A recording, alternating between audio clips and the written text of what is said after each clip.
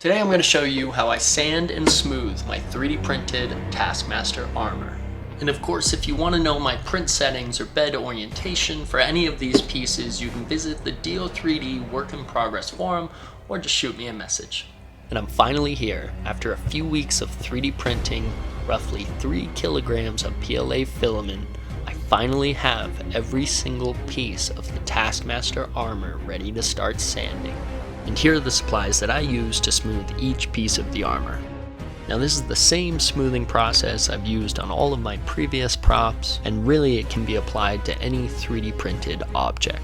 So I start this process by removing layer lines with some low grit abrasive sandpaper. I can then fill any larger gaps with Bondo and smaller gaps with filler primer, followed by a higher grit sanding to smooth everything out. With all 88 pieces smooth, I'm one step closer to becoming the Taskmaster.